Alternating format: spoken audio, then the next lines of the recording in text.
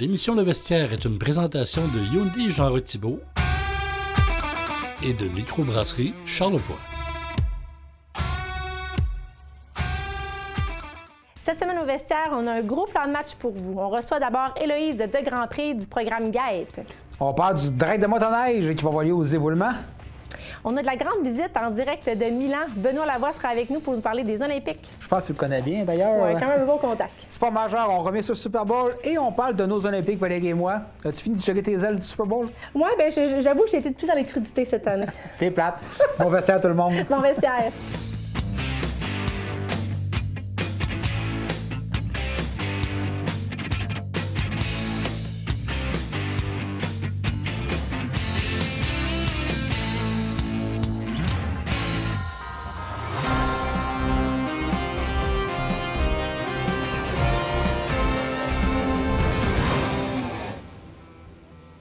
Cette semaine, le vestiaire poursuit son segment mettant en vedette nos sportifs locaux.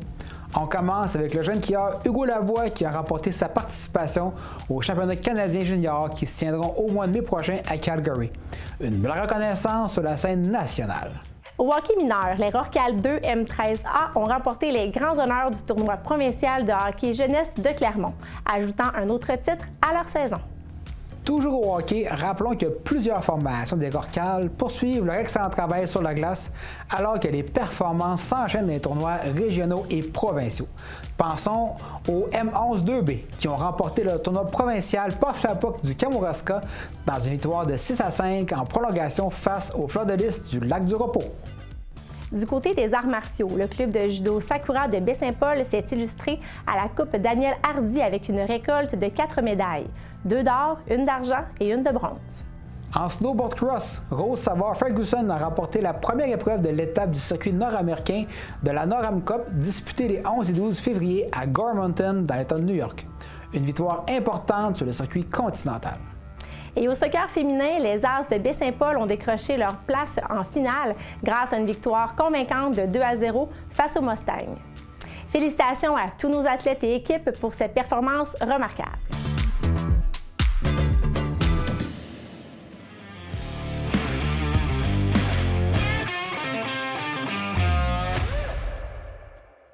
Pour le cœur, on a le plaisir de recevoir avec nous Héloïse de Grand Prix du projet GAEP. Bonjour Héloïse. Bonjour. Salut Héloïse. Bonjour. Ouais, premièrement, parlons un peu de GAEP. Qu'est-ce que ça fait en hiver en bon français? Oui, bien GAEP, contrairement à ce qu'on peut penser, on n'est pas un organisme d'extermination de petits insectes, peu importe. Là. En fait, c'est un acronyme pour dire Groupe uni d'éducateurs naturalistes professionnels en environnement. Donc, on raccourcit ça juste à GAEP. Exactement. Puis, qu'est-ce qu'on fait? Bien, concrètement, là, on travaille avec vraiment différents publics. Là. On va des CPE aux écoles primaires, secondaires. On va même parfois voir nos aînés dans les CHSLD. Puis, on fait des ateliers, des kiosques, tout en lien avec la science de la nature, de l'environnement. On essaie de sensibiliser les jeunes, et monsieur, madame, tout le monde, là, dans le fond, vraiment tous les publics là, à la nature, à l'environnement. Puis on a aussi un volet un peu plus plein air là, aussi. C'est vous, entre autres, qui animez, je pense, le pavillon du Saint-Laurent là, au quai de Baie-Saint-Paul. Oui, exactement. En collaboration avec la ville de Baie-Saint-Paul, c'est nous qui opérons le pavillon depuis, je pense, 4 ans, là, depuis l'ouverture du pavillon. Il y a une section plus où est-ce que l'exposition est permanente, autonome. Puis, il y a le bâtiment, en fait, l'autre partie, l'autre salle qui est plus l'accueil, en fait, du bâtiment. Puis, il y a tout le temps un agent d'accueil qui est sur place aussi. Puis depuis l'été dernier, il y a aussi une halte rafraîchissante, là, justement, là, notamment pendant la semaine de relâche, elle va être ouverte où on va offrir café, chocolat chaud. Là. Donc, l'organisme, vous êtes plusieurs personnes qui s'occupent de GAEP pour comme Baie-Saint-Paul, Charlevoix au complet. Comment ça fonctionne pour la région de Charlevoix? En fait, c'est ça. GAEP a été fondé là, à la base à Montréal là, en 1991, puis dans la région de Charlevoix, en fait, depuis 2017. Temps plein, là, permanent, mettons, on est vraiment une très petite équipe. Là. Il y a mon collègue et moi-même qui travaillons, c'est ça, à l'année longue. Puis à l'été, pendant la saison plus haute, là, la saison forte, où est-ce qu'on a beaucoup d'animation, on recrute là, une petite équipe de naturalistes aussi qui viennent nous aider là, à faire les animations un peu partout. Puis c'est vraiment, là, on travaille partout sur le territoire de Charlevoix. Là. Autant à Baie-Saint-Paul, à la Malbaie, des fois on va même jusqu'à Saint-Siméon, Saint-Hilarion. C'est vraiment très varié là, partout sur le territoire. Donc là, aujourd'hui, tu es avec nous pour parler, entre autres, de la programmation hivernale qui va se dérouler durant la semaine de relâche et durant la journée de la famille à Baie-Saint-Paul. Oui, exactement. Bien, le week-end prochain, là, le 21 février, justement, on a la fête hivernale. Fête hivernale, merci. Exactement, à Baie-Saint-Paul. Puis il va y avoir un kiosque animé par GAIP aussi. On va être là de 10h30 jusqu'à 14h. Puis pendant la semaine de relâche, également, on va être, le pavillon Saint-Laurent va être ouvert du 28 février jusqu'au 8 mars inclusivement, de 10h à 17h à tous les jours. Il va y avoir l'agent d'accueil avec la halle rafraîchissante, comme j'ai mentionné plus tôt, et l'exposition qui va être là aussi, les gens peuvent visiter gratuitement. Puis il y a aussi des activités là, au fil de la semaine aussi, et notamment des ateliers d'initiation au fat bike, le vélo à pneus surdimensionnés, là, aussi appelé fat bike. Donc ces ateliers-là vont être offerts gratuitement. Puis il va y avoir aussi la location en fait de ces vélos-là tout au long de la semaine. Donc c'est super cool d'explorer le Boisier du Quai à l'hiver avec les vélos, ça se fait super bien. Puis on va aussi avoir quelques petits kiosques aussi au courant de la semaine avec des naturalistes qui vont faire l'interprétation, sensibilisation avec des artefacts, du visuel. Puis est-ce qu'il y a un endroit où on peut retrouver la liste de ces activités-là, plus précisément les heures, puis comment on peut avoir les informations? Oui, en fait, sur notre site web, gaip.ca, il y a toutes les infos. Puis aussi sur le site de la ville de Baie-Saint-Paul, il va y avoir toutes les infos concernant l'accueil du pavillon, les activités, etc. Ouais. Est-ce qu'il y a des frais attachés? Toutes les activités qui sont au pavillon, puis en fait, ce week-end, le 21 février, à la fête hivernale, c'est tous gratuit, offert à tous, parce que c'est avec, en fait, la ville de Baie-Saint-Paul. Donc, un grand merci à la ville d'offrir ça gratuitement à tout le monde. Puis ça s'adresse à qui? Est-ce que vous ciblez un public en particulier ou c'est très... À tous, famille, couple plus âgé, vraiment monsieur, madame, tout le monde, touristes, peu importe, là, c'est vraiment le grand public. Donc, c'est vraiment ouvert à tous. Là. Autant on a du contenu plus ludique, familial pour aller cibler, vulgariser plus facilement avec les jeunes, mais aussi on peut adapter notre contenu avec des personnes plus âgées. Puis, cette information sur l'exposition qui se trouve au pavillon Saint-Laurent, est-ce que c'est une exposition qui est tout le temps la même? Est-ce qu'elle se renouvelle selon les saisons? Comment ça fonctionne? En fait, on la change pas, elle est vraiment le fixe. C'est une exposition qui se fait de manière autonome.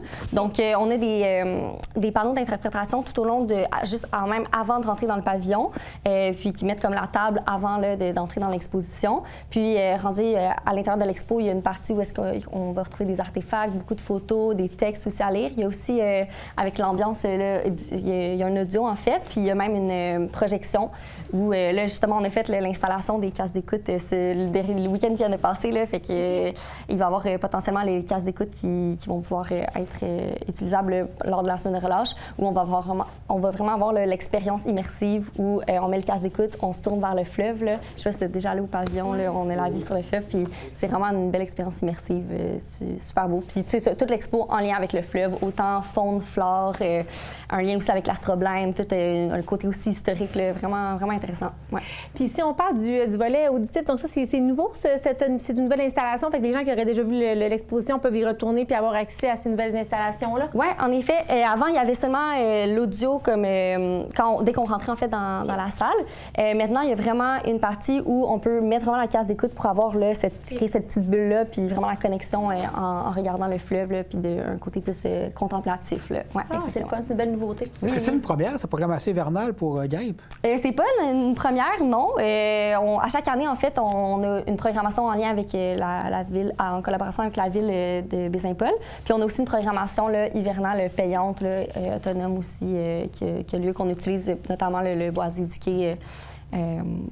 Comme le 21 février prochain, le samedi, on a aussi en matinée, là, juste avant la fête hivernale de Baie-Saint-Paul, on offre une randonnée guidée, justement. Notre naturaliste va parler des adaptations, autant de la faune, de la flore, comme les conifères, comment les animaux s'adaptent à nos hivers vraiment rigoureux. Donc ça, c'est une programmation hivernale payante, donc qui se retrouve sur notre site web. Ça a des coûts modestes, vous pouvez vous inscrire. Au Boisier du Quai, ça? Au Boisier du Quai, exactement. Oui, une petite randonnée guidée. En terminant, si les gens veulent participer, est-ce qu'on peut faire un tour de fat bike, par exemple? Est-ce qu'on doit s'inscrire d'avance ou on se présente sur place le jour même? Puis, On se présente pour la location des fat bikes. Justement, c'est vraiment... On a 6 vélos fat bike, là, donc c'est sûr qu'il y a un maximum, le premier arrivé, premier servi. Mais oui, tout au long de la semaine, là, comme j'ai dit, dans les heures d'ouverture, donc de 10h à 17h. Puis pas de réservation, on se présente, il faut juste avoir une pièce d'identité puis remplir un petit formulaire là, pour pour faire la location. Puis les activités ouvertes à tous, là, c'est sous forme de kiosque aussi. Donc, on se présente, on apprécie. Puis voilà, pas besoin de se casser la tête. Ouais. Ben, c'est vraiment intéressant. Puis je présume qu'il y a peut-être d'autres belles activités durant l'été, fait qu'on pourra peut-être prendre la peine de se rencontrer avec la période plus estivale qui arrivera. Mais merci vraiment de ton temps. C'était super intéressant. Merci à vous pour l'invitation. C'est super gentil. C'est super. Merci. À une prochaine. À bientôt.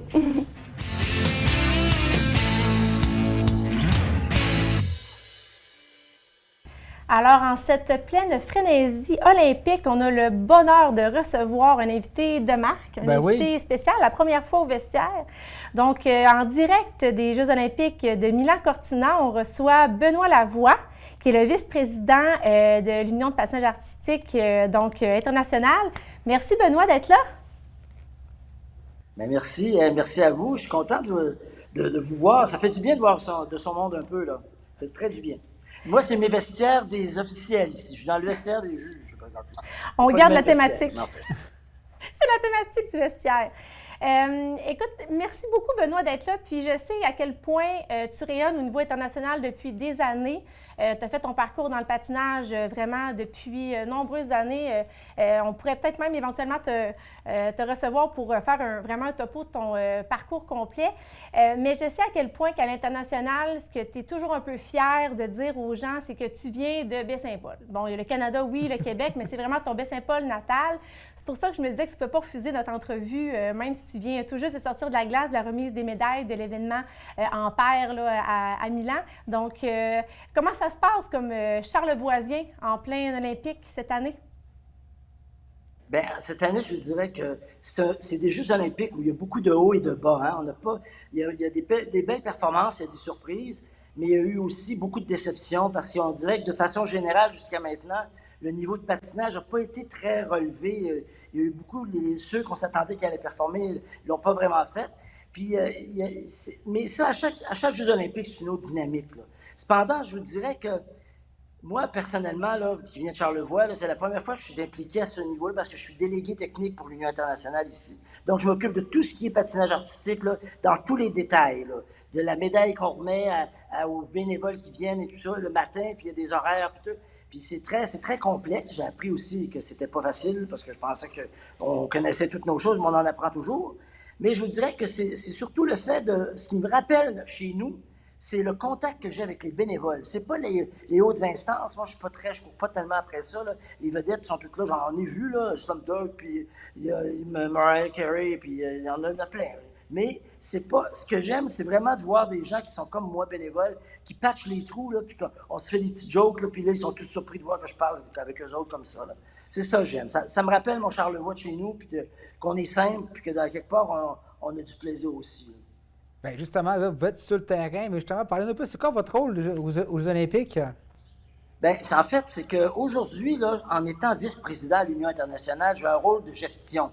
Je vais gérer l'ensemble des opérations avec une équipe qui est là, autant au niveau des bénévoles, des opérations pour la glace, aussi des changements, parce qu'on partage de la glace, nous, avec le courte piste. Donc, c'est une température de glace qui n'est pas différente. Les bandes, on appelle ça, c'est comme le setup qu'on refait. On redécore l'aréna à tous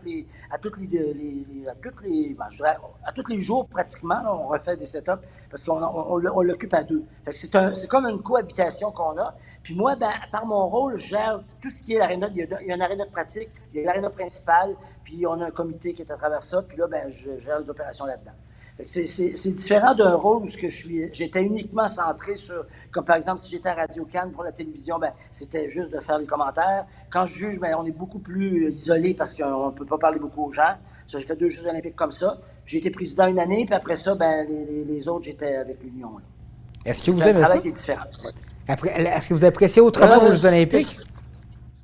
Ben, moi, je dirais que j'évalue ça en disant que c'est probablement le plus gros accomplissement que je vais avoir fait en carrière parce que j'ai jamais eu autant de responsabilités que ça dans ma vie, là. Moi, je suis à la retraite depuis 4 ans. J'ai été vice-président il y a 4 ans quand j'ai commencé. Et j'ai été là-dessus à temps plein, sans arrêt, depuis 4 ans. J'ai jamais autant travaillé que ça pour du bénévolat de ma vie, là. Mais j'adore ça, je suis très passionné, puis j'aime ça encore. Mais c'est un travail différent, très différent, où est-ce que, je vous dirais, là, pour me raccrocher des fois, il faut que je m'en aille voir des athlètes, puis je passe du temps dans les arénas un peu là, pour aller les aider, ou ben, ça me manque quand je ne fais pas ça, là. Quand c'est trop administratif, puis de négociation, puis politique, là, ça, j'aime moins ça. Fait qu'on est rendu quand même à un niveau d'accomplissement très élevé dans le patinage. Est-ce que tu as encore des choses que tu aimerais accomplir de plus ou là, on peut dire que tu as atteint le sommet de ce que tu voulais faire dans le monde du patinage? Ben, vous savez, j'ai fait beaucoup plus que ce que je pensais être capable de faire là, au départ. OK? Moi, je vous dirais que j'arrive vers la fin de ma carrière parce que après la vice-présidence dans l'organisation, j'aimerais peut-être rester un autre mandat. Je suis en élection au mois de juin encore, peut-être pour un 4 ans. Mais j'ai pas d'aspiration pour la présidence du tout. Puis moi, je voudrais faire encore 4 ans, puis revenir peut-être à la base au patinage en tant que tel, là, dans mes clubs, puis chez nous, là, dans Charlevoix, puis dans Québec, puis à Montréal. J'ai beaucoup d'expérience, j'avoue, puis j'ai eu beaucoup d'opportunités. On m'a ouvert des portes tellement, là. J'ai rencontré plein de gens intéressants. J'ai appris beaucoup au niveau professionnel, puis j'ai appris beaucoup sur le plan humain, bien sûr. Hein, vous savez, c'est comme ça. Mais j'ai eu beaucoup, beaucoup de chance parce que dans tout ça, des fois, là, j'ai passé en élection parce que des fois, je ne devais pas passer puis que par hasard, là, l'Asie, il y avait des gens qui me connaissaient. Puis je me suis aperçu avec les années que le temps que j'avais mis à rencontrer des gens, à me faire des amis, des connaissances, des collègues, que ça avait porté vraiment, ça a porté loin ça. Pour ce que je suis rendu là aujourd'hui, parce que quand j'ai été élu la dernière fois dans ce poste-là qui est très prisé, je suis le deuxième quand même en Amérique du Nord avec ça arrive depuis 150 ans, là, puis le premier francophone. Puis c'est par les liens que j'avais, puis les contacts, puis les gens disaient « Non, lui, on le connaît, lui, on a entendu parler. » Puis ça l'a intéressé plus les gens par rapport à mes valeurs sportives. Puis ça, c'est ma plus grande fierté. J'ai jamais eu à déroger de ça. Puis vous savez ce que c'est, moi, la tricherie de ces choses-là. Je suis ici, là, puis j'en fais du ménage, puis je rêve encore à ça. Je sais pas si ça va arriver, mais quand on touche les gens avec le cœur, des fois, ben on y arrive. Je me suis aperçu de ça aussi. Mais justement, vous avez glissé un mot, là, vous êtes vice-président de l'association de l'USI. Donc, c'est ça, si je comprends bien, qui vous a apporté là, aux Jeux olympiques aujourd'hui? Oui. Ah oui, si je n'avais pas eu ce poste-là de vice-président, parce qu'il y a plusieurs postes. Là. Il y a un président, il y a 2 vice-présidents, un patinage de vitesse, un patinage artistique. Après ça, il y a 5 membres. Après ça, on a des comités techniques. Je ne peux pas être plus haut que ça, là, au niveau de la hiérarchie. Là. Mais je dirais que c'est ça qui m'a permis d'avoir le titre de délégué technique pour les Jeux olympiques. Là. Je suis vraiment attitré à ce titre-là ici. Là. Puis, c'est sûr que je sais, je te connais personnellement, tu es très passionné par le patinage. Puis justement, tu aimes beaucoup être avec les athlètes, faire suivi auprès des athlètes. Par la bande, j'aimerais te parler de la prestation de Diana et Maxime qui ont eu peut-être un peu plus de difficultés. Je sais que tu as quand même été très proche de ce couple-là. Est-ce que tu as eu la chance de leur reparler après la performance du programme court, du programme libre? Comment est-ce qu'ils vont, nos chouchous Diana et Maxime? Ben oui, c'est-à-dire qu'il faut mettre ça un peu en perspective. Hein. Eux, là, ils ont une histoire unique. D'abord, ils sont très connus. Hein. Puis je dirais qu'ils n'ont pas eu une très bonne année l'année dernière.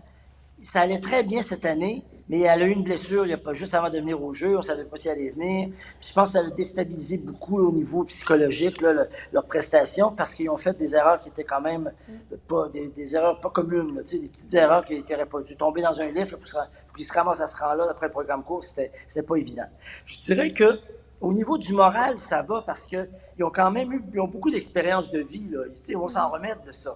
Mais l'objectif, c'était de participer aux Jeux olympiques. Fait qu'il faut le regarder sous cette lunette-là aussi. Il ne faut pas le regarder par rapport... C'est sûr que quand ils ont gagné le championnat du monde à Montréal, ça a ouvert une nouvelle dimension par rapport à leur succès qui leur permettait d'espérer ça, puis il y avait énormément de chances d'y arriver.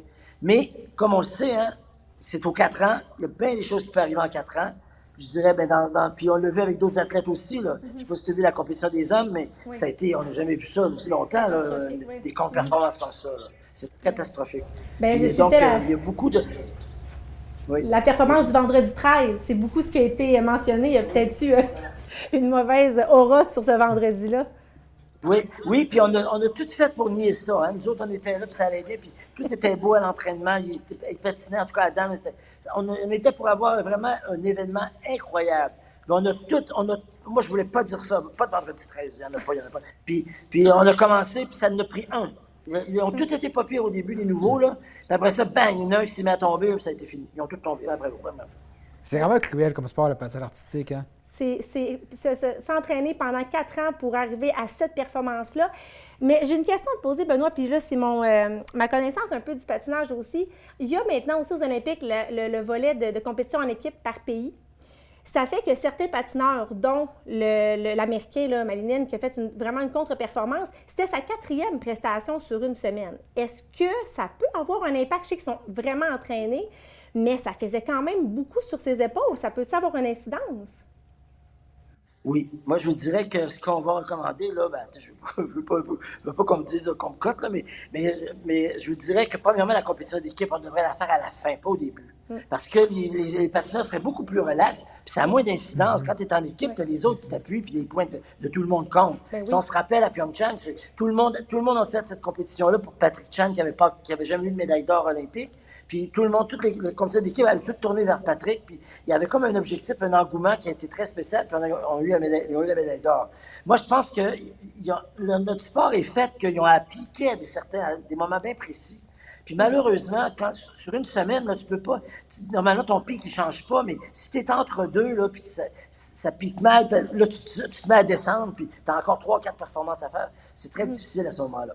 Moi, je pense que pour mettre en avantage les performances des athlètes individuels, je ferais leur compétition d'abord, puis ça se parle beaucoup ici, là, puis nous, on devrait écouter ça, c'est nous quand même qui vont décider au niveau de l'ISU, là, mais ça, c'est une des premières choses que je veux régler là, quand on va terminer les Jeux. Ah, ben c'était mon je suis contente que tu en parles parce que j'en ai parlé à quelques personnes justement durant la semaine, puis j'avais aussi cette réflexion-là. Je me disais que c'était beaucoup pour des athlètes qui justement attendent pendant 4 ans, puis c'était ce qui a mené au vendredi 13, on ne sait pas. Oui, mais j'aimerais quand même vous dire une chose. Vous savez, tu le sais, hein, Valérie, il y a toujours une surprise quand même au jeu. Hein? Il y a toujours un préféré qui devait gagner. C'est toujours fait. On pense à Michel Coine avec Tara Lipinski. Il y a toujours eu des surprises qu'on ne s'attendait pas. Ça a créé des belles histoires aussi. Oui. Ce qui est difficile, c'est quand c'est tout le monde qui est impliqué, qui est imputé de ça parce que tout le monde se met à mal aller. Là, ça c'est pas évident. Mais je pense aussi qu'on a une chose importante à faire. On parle de safeguard, on parle de protéger nos athlètes. Puis je pense qu'il y a beaucoup de choses externes qui dérangent ces athlètes-là. Moi, je vous dirais, c'est un avis très personnel, puis je ne veux pas dire ça en voulant dire que je connaissais d'avance.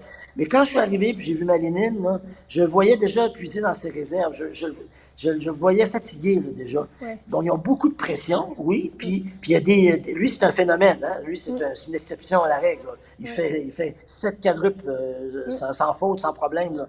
Puis sans difficulté. C'est un talent inimaginable, mais on a vu avec le côté psychologique, mais ça vient jouer aussi. Puis à ce moment-là, il faut tenir compte de plusieurs facteurs. Puis je vous dirais, ça demeure quand même qu'il faut revenir à la base. Puis il faut garder l'environnement petit. Puis s'entraîner, puis le faire quand c'est le temps. Je pense que puis ça va être une belle notion, puis un bel apprentissage pour tous les sportifs de ce monde. Parce que moi, j'en ai entendu des petites patineuses, là, quand ils ont vu la contre-performance, ils ont dit, ben ça arrive même aux meilleurs. Fait que ça aussi, ça a ce petit côté-là de montrer que c'est pas non plus sont pas surhumains, là. C'est des humains à la base, puis ils peuvent être affectés par différentes choses. Oui, puis vous savez, hein, c'est pas les plus talentueux qui gagnent. Hein. Là, on en a des exceptions comme ça. Ils gagnent souvent. C'est vraiment ceux-là qui mettent vraiment les heures de travail. C'était mieux. Moi, j'ai toujours vu les patineurs qui étaient un petit peu moins talentueux, mais qui avaient une éthique de travail impeccable, passant avant tout le monde. Puis ça, on aura beau dire, je l'ai vu à plusieurs reprises aussi. On ne souhaite pas ça aux gens talentueux, mais toute une attitude face à ça aussi, il faut garder. Ouais. J'ai une question pour... je fais partie des communs des mortels qui connaissent un peu du patinage artistique, mais pas en détail. Puis on voit évidemment le jugement, on voit qu'il y a des points qui sont établis. Les juges, ils se passent sur quoi? Comment ça fonctionne, le système de points aux Jeux olympiques, dans toutes les compétitions, en fait? Oui. En fait, il faut comprendre, l'historique de ça, c'est qu'à un moment donné, on jugeait l'ensemble d'une performance sur 2 notes. Okay? Seulement 2 notes. Un pointage artistique qui était sur 6, puis un pointage technique qui était sur 6 aussi. OK? Fait que ça, c'était 2 notes. Fait que fallait que tu places tous tes patineurs en donnant 2 notes comme ça. Quand il y a eu la controverse de Salt Lake, où j'ai été impliqué pas mal dans ça, là, en 2002, on a changé le système au complet pour être capable de reconnaître chacun des éléments avec la difficulté qu'il avait et le niveau d'exécution que les juges, eux autres, avaient la responsabilité de donner comme note. Là. Donc, si c'était exécuté mieux ou encore plus saccadé, si ça tombait, s'il y avait des erreurs, manque de rotation. Fait qu'on a tout décortiqué ce qui existait dans le vocabulaire du patinage. On a mis des chiffres là-dessus, puis on a rentré ça dans des formules où est-ce qu'ils font une série d'éléments, puis on les cote dans chacun de ces éléments-là. Puis à la fin, on donne des notes sur ce qu'on appelle les composantes, qui sont l'artistique, la qualité de patinage de base, l'expression. Puis c'est ça qui rentre au total, ça se base tout dans un gros boulier, là, puis les notes sortent. Puis au lieu de sortir 2 notes, on en sort peut-être 40 quelques par patineur. Là, tu sais. Puis il y a des figures, je crois, imposées aussi, parce que quand on regarde, je regardais, j'étais à la compétition, il y a des lumières étaient vertes, des fois étaient rouges, des fois étaient jaunes, quand il manquait un atterrissage. Ouais, ou donc, c'est la qualité de Ouais, l'exécution de l'élément. Ouais. Oui, là, vous allez voir, l'an prochain, on va commencer à instaurer ça. On va faire rentrer les gens, le public, dans les panels techniques. Le panel technique, c'est ça, les petites lumières que vous voyez. C'est que si l'élément est bien exécuté, si, par exemple, on dit, bon, il devait tenter un triple axel. Le triple axel donne tant de points. S'il le fait de base, là, ça donne une note X. S'il est dans le vert, ça veut dire qu'il n'y a pas eu d'erreur quand il l'a exécuté. Il va avoir au moins ce montant, ce nombre de points-là. Puis s'il tombe dans le rouge, ça veut dire que le panel, ils ne sont pas certains, il faut qu'ils revisent l'élément après. C'est ça que ça donne, les petites lumières rouges et vertes. Fait que plus tu as de lumière verte, moins il y a de doute, plus tu es sûr de ta note. Plus il y a de lumière rouge, plus on revise, on revient en arrière, puis des fois on trouve d'autres erreurs, puis c'est comme ça que ça fonctionne. Ouais, c'est ce qui fait que la fameuse note technique va jouer des fois quand ils vont terminer le programme. Après ça, ça va s'ajuster au fur et à mesure des revisions.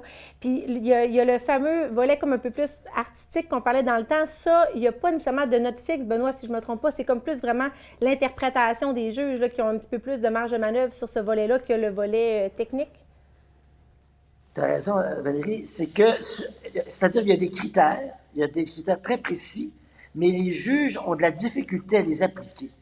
Puis je pense qu'au niveau des connaissances, là, au niveau de la musique, je pense on veut faire un petit peu on veut répartir ça autrement un petit peu, là, pour être capable de pouvoir faire juger les gens qui ont la compétence dans un certain, il y en a qui sont plus forts en technique, il y en a qui sont plus forts en artistique, mais pour être capable de calibrer ça, pour que ça ait un meilleur sens. Ça c'est tout le côté juge. Mais le côté technique qui vient avec ça, parce qu'il y a un panel qui évalue la difficulté. Moi, j'ai fait ça toute la compétition ici. J'ai écouté. J'ai le droit d'écouter là, tout ce qui se dit, les échanges qu'ils ont.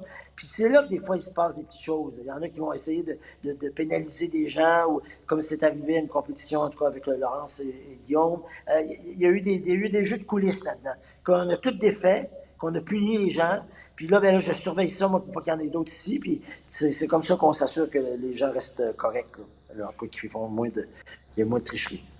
Oui, bien, je pense que justement, ce volet-là, tu parles de Laurence et Guillaume qui sont les champions olympiques en danse. La danse sur glace, c'est toujours une discipline qui est un peu plus difficile à interpréter. C'est pas comme les sauts, parce que là, vraiment, c'est plus facile de mettre des points. Là. Il y a toujours un peu des zones grises en danse. C'est plus subjectif. Oui, tout à fait. Oui, mais oui.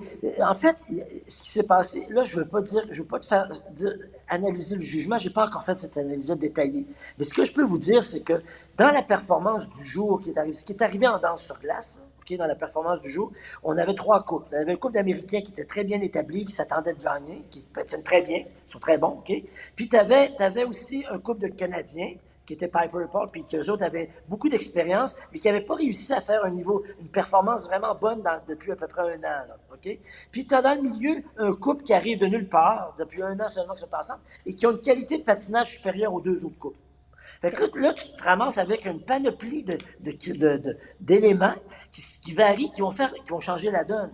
Alors, ce qui est arrivé là, par rapport à ça, là, je vous dirais personnellement, là, je vous dis ça froidement, les champions olympiques auraient dû être les Canadiens, à mon avis. C'est eux qui ont vraiment ils ont nettement donné la meilleure performance. J'étais là, je le voyais, puis quand on est proche, on le sait. Là.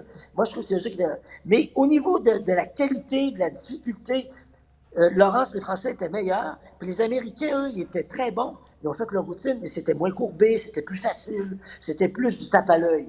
Mais tu sais, tout ça rentre en ligne de compte. Quand tu as gagné toutes les compétitions de la saison, puis tu arrives aux Jeux olympiques, bien, tu sais que ça va être pareil aussi.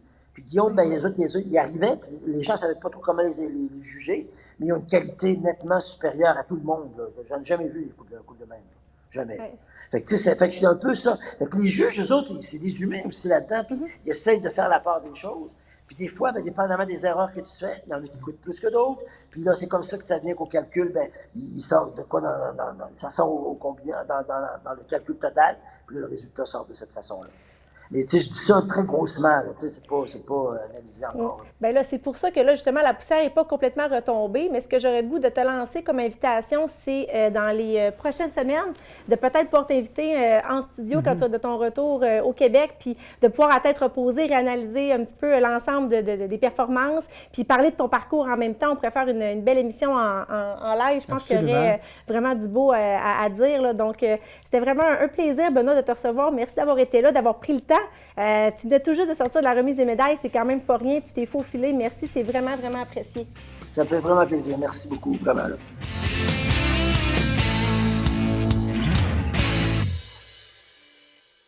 Le 28 février prochain aura lieu le Méga Drag de Charlevoix.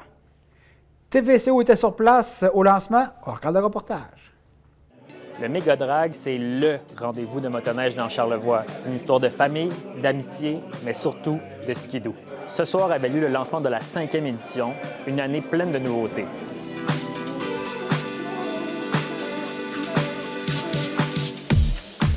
Fait que oui, le Méga Drag, c'est un grand rêve que ça a commencé au début avec mon frère, avec plein de monde. Il y avait plein de courses partout, puis il n'y en avait pas chez nous.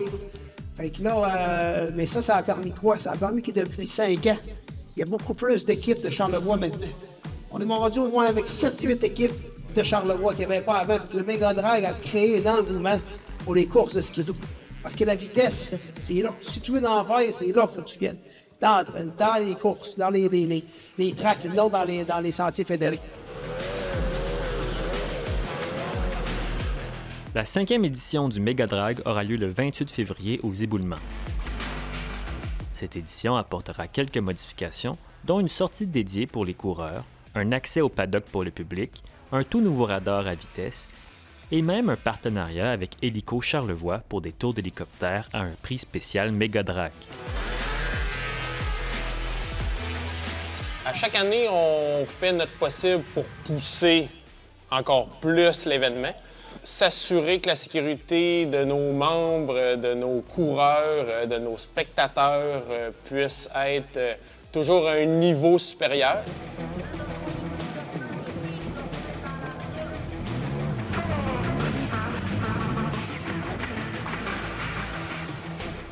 Les participants de la 5e édition logeront cette année à l'hôtel Baie-Saint-Paul. Une très bonne nouvelle pour les coureurs venant de l'extérieur, croient les organisateurs. L'année passée, après la course, tout le monde s'en allait à l'hôtel Nos Aïeux aux Éboulements, mais il y avait une problématique pour stationner les trailers parce que les gars c'est comme un mariage avec le pick-up et le trailer, là, ils ne veulent pas être épidés là, parce qu'ils ont des machettes qui ont beaucoup de valeur dans les trailers, puis c'était compliqué puis c'était problématique. Fait que cette année, tout se transfère à l'hôtel Baie-Saint-Paul, le gourmet. Restaurant Le Gourmet, l'hôtel Baie-Saint-Paul. Tout s'en va là, c'est l'hôtel des coureurs, puis des commanditaires, puis le monde, on s'en va là, le party pogne là après. C'est là, juste après aussi, la piste commence dans le cours de l'hôtel. Fait que si les gars veulent venir, eux, que c'est le début, on a toujours choisi la première fin de semaine, la relâche. Il y a une raison pour ça, il y a une raison. Nous autres, on a conquis les coureurs, ils sont tous là. Le reste, on est-tu capable de garder une couple de jours de plus qui descendent avec les femmes et les familles pour profiter de la belle région de Charlevoix parce qu'on vit sur un paradis sur terre dans Charlevoix, puis des fois, on s'en rend pas compte quand on vient d'être là. Encore cette année, la course des bonhommes sera de retour, une tradition dont les organisateurs sont bien fiers.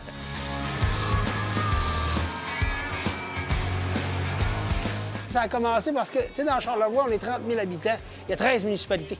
C'est beaucoup de monde, c'est beaucoup de municipalités pour peu de monde. Puis ce qui nous unit, c'est nos bonhommes carnaval. Tu sais, des fois, le monde parlait les guerres des clochers, les ça. Il n'y en a plus de ça. En mettant les bonhommes carnaval, c'est l'emblème. Si ces bonhommes-là, carnaval, seraient capables de parler, là, ils nous en compteraient des histoires sur 60 ans d'histoire de carnaval. Fait que quand t'arrives, tu dis « Faites du bruit pour le bonhomme carnaval, des éboulements », bien, ceux qui des éboulements, ils se lèvent les bras. Quand on fait la même affaire, Petite-Rivière, Saint-François, je pense qu'il y en avait 8 ou 9 l'année passée. Le 28 février, l'organisation du Méga Drag attend près de 1500 spectateurs et assure n'avoir aucune limite pour en accueillir encore plus.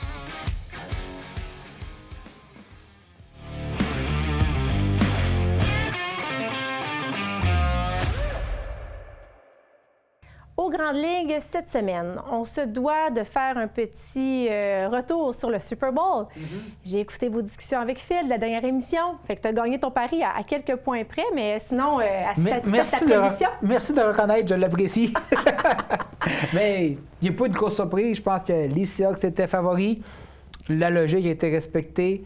C'était un match âprement défensif, on va dire ça comme ça. Puis les Seahawks ont contrôlé le jeu du début à la fin. Puis, Mais devant une équipe qui était quand même si dominante en saison, les Patriots, pourquoi ils ne sont pas capables d'avoir été plus flamboyants, plus d'attaques, justement? Ils se sont comme endormis là, puis on s'entend. Oui, c'était un match toujours intéressant, le Super Bowl, parce qu'on mange des ailes puis de la trempette, mais au-delà de ça, c'était quand même un peu ennuyant comme match. Ouais, c'était pas un grand match de football, on ne se cachera pas. Même défensivement, c'était pas excitant à regarder. Tu sais, les Pats, là, c'est une équipe qui a fini l'année passée dans le bas du classement. Puis la NFL, la manière que ça fonctionne, les équipes, quand elles terminent basse, ils ont un calendrier plus avantageux l'année suivante. Est-ce qu'ils ont profité d'un calendrier plus avantageux? Probablement. Ça a dû. Ils ont le mérite, ils ont tout le mérite du monde, là, mais il reste que oui, je pense qu'en saison, ils ont été de quoi de plus avantageux. En série, il y a des gros clubs qui ont été sortis tôt. Je pense aux Ravens, je pense aux Bills. En plus, ils sont arrivés en demi-finale et ils n'ont même pas affronté Bo Nix, qui était le corps partant des Broncos. C'était un corps substitut.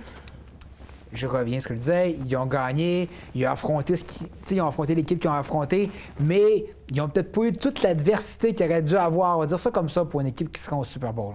Donc, d'avoir fini en bas de classement, de se rendre à la finale, il y avait quand même eu certains gros changements à l'interne de l'équipe pour l'éliminer là, ou c'est juste qu'ils ont mieux joué cette année pour éliminer au Super Bowl? Ils ont mieux joué, ils ont eu des bons repêchages, ils ont allé chercher des joueurs autonomes. Tu sais, c'était pas nécessaire. Ils ont le mérite d'être là, ils ont changé d'entraîneur. Surtout, je pense que le gros changement, il est là. Mais moi, j'ai été déçu quand même parce que Josh McDaniels, c'est un très bon coordinateur offensif, mais on dirait que c'est pas adapté durant le match. Ça fonctionnait pas. Il s'est obstiné. Ils n'ont pas sorti de jeux spectaculaires, des jeux improvisés. Des fois, je peux dire ça. Tu vois, tu présentes 4 fois une course, mais la 5e fois, là, tu fais un jeu spécial. Tu fais un jeu, tu sais, ton porteur de ballon, il passe le ballon plutôt que sur le carrière. Tu sais, tu essaies d'avoir des... Surtout rendu au Super Bowl. On s'entend que c'est le match ultime. Tu dois tout mettre en place, puis d'essayer de nouvelles choses, puis il faut faire bouger pour que ça puisse faire Tu as tout compris. Puis en plus, tous ces jeux spéciaux, ils n'ont pas eu à les sortir durant les séries parce qu'ils ont mené pas mal tout le temps. Donc, j'ai vraiment une déception à ce niveau-là. Cependant, est-ce que l'avenir est bon pour les Pats? Je pense que oui.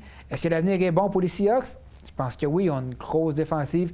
La ligne défensive a contrôlé le jeu. Ils ont battu la ligne offensive des Pats et c'est là que ça s'est joué, à mon avis. Oui, tout à fait, en tout cas. Mais ça reste que, à mon sens, la meilleure partie, c'était le spectacle de la mi-temps. Je suis de cette gang-là qui écoute le Super Bowl pour voir le spectacle de la mi-temps, mais quand même, on a eu un bon show.